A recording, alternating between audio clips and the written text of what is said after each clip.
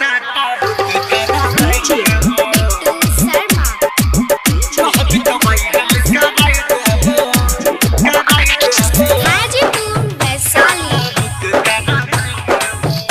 के गाना पे कमर हिला रही कमर हिला। अनिल के गाना पे कमर हिला रही कमर हिला। कहबी तो वायरल कराई देबो, साटा बुक करवाई देबो। कहबी तो वायरल कराई देबो, साटा बुक करवाई देबो।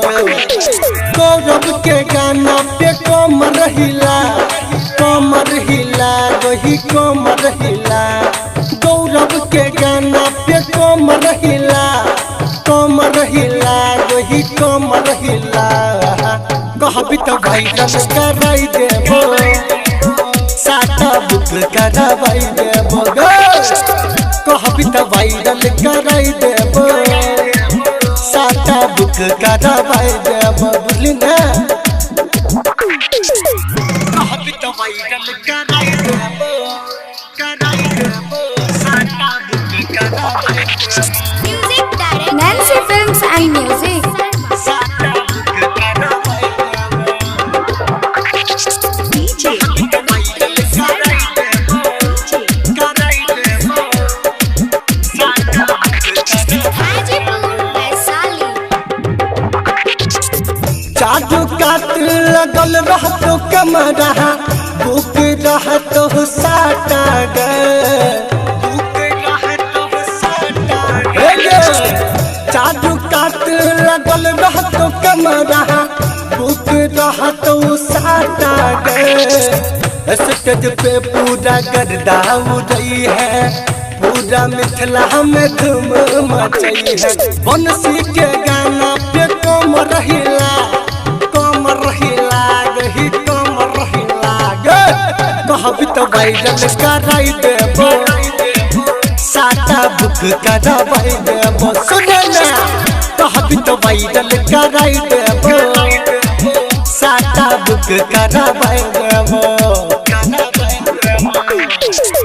कहबी तो वायरल कराई देबो, साटा बुक करवाई देबो। Music director Bittu Sharma. साटा बुक करवाई देबो। डीजे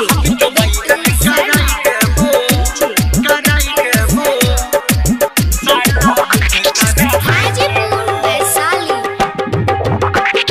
कमर हिलना तो सुने गे छौरी, कर तो सबे पसंद गे। कमर हिलना तो सुने गे छौरी, कर तो सबे पसंद गे। तोरा पे सब नोट उड़े तो मोबाइल से सब वीडियो बने तो। गौरव के गाना पे कमर हिला रही कमर हिला। कहबी तो वायरल कराई देबो, साटा बुक करवाई देबो। ऑर्केस्ट्रा में नचाई देबो, साटा बुक करवाई देबो। कहबी तो वायरल कराई देबो, साटा बुक करवाई देबो। Music director Nancy films and music. साटा बुक करवाई देबो। डीजे वायरल कराई देबो, साटा बुक करवाई। हाजीपुर वैशाली। यूट्यूब पे तो हर वीडियो चढ़तो, व्यूअर खूबे बढ़तो गे। यूट्यूब पे तो हर वीडियो चढ़तो, व्यूअर खूबे बढ़तो गे।